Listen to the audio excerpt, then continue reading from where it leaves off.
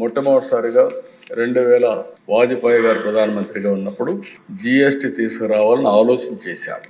ఆ తర్వాత వచ్చిన గవర్నమెంట్ ఏం పట్టించుకోకపోతే మొట్టమొదటిసారిగా నరేంద్ర మోడీ గారు ప్రధానమంత్రి అయిన తర్వాత ఇప్పటికి కూడా జ్ఞాపకం, ఆ రోజు అరుణ్ జైట్లీ గారు ఫైనాన్స్ మినిస్టర్, ఆయన అందరితో మాట్లాడి అవసరమైతే మీకు నష్టం వస్తే నష్టం కూడా మేము భర్తీ చేస్తామని చెప్పి కన్విన్స్ చేసి మొట్టమొదటిసారిగా జిఎస్టీ తీసుకొచ్చారు. ఆ జిఎస్టీ వచ్చిన తర్వాత దిశ ఒక గేమ్ చేంజర్ గా తయారైంది. అవన్నీ నేను చూపిస్తాను.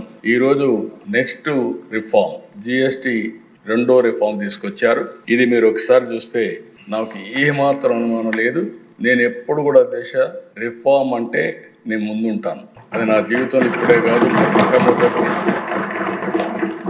ఒక ఆర్థిక సంస్కరణలన్నా, ట్యాక్స్ రిఫార్మ్స్ అన్నా, టెక్నాలజీ రిఫార్మ్స్ అన్నా నేను ముందుంటాను. చాలా సార్లు ఒక విషయం చెప్పాను, మనందరం గుర్తుపెట్టుకోవాల్సింది, అభివృద్ధి జరిగితే సంపద సృష్టించబడుతుంది. సంపద సృష్టిస్తే ప్రభుత్వానికి ఆదాయం వస్తుంది.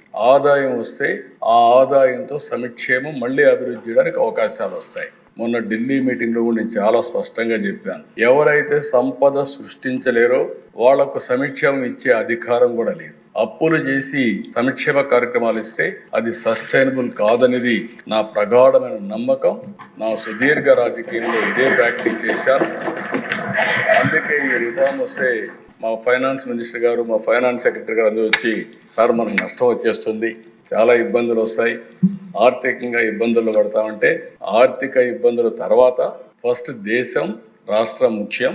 మనం అంతా కూడా లాంగ్ టర్మ్ రిఫార్మ్ చూడాలి. It will be A game changer, don't object. First మీరు వెళ్ళి సపోర్ట్ చేయమని చెప్పిన వ్యక్తి నేనని చెప్పి కూడా నేను తెలియజేస్తున్నా. ఆ పని